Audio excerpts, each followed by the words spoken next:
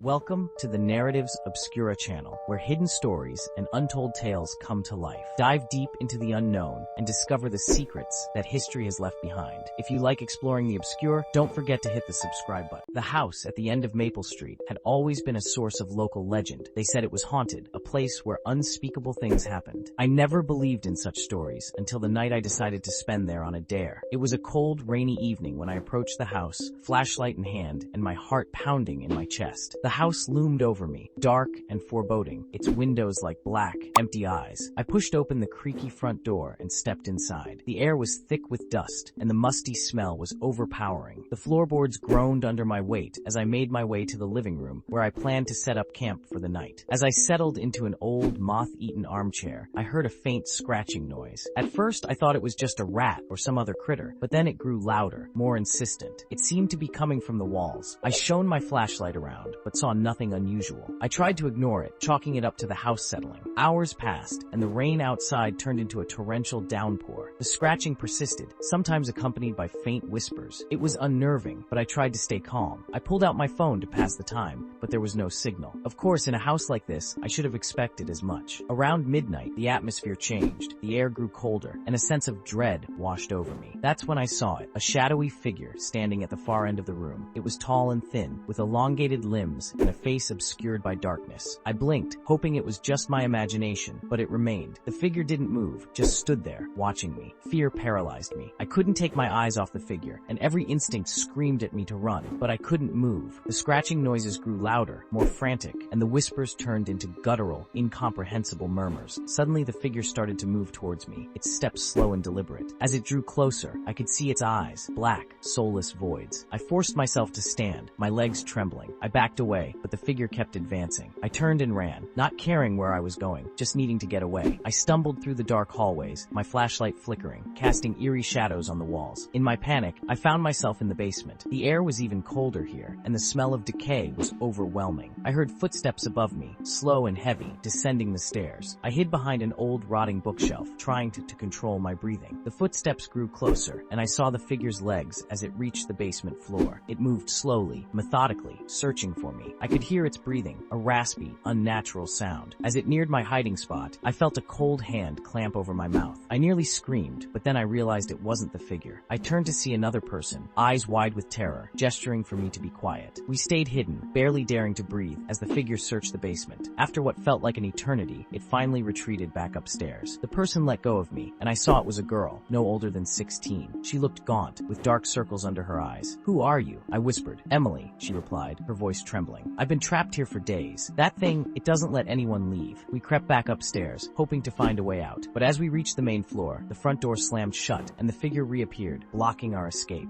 "No one leaves," it rasped. We backed away, but the figure lunged at us. In the chaos, I tripped and fell, hitting my head on the floor. Everything went black. I woke up in a hospital bed, my head bandaged. The doctor said I was found unconscious on the porch of the old house, alone. There was no sign of Emily or the figure, but I knew the truth. The house at the end of Maple Street was not just a legend. Thank you for watching the video. If you enjoyed this journey into the unknown, be sure to subscribe and activate the notification bell to stay up to date with our latest mysteries. If you found this video intriguing, please like it and share it with other explorers. See you on your next adventure.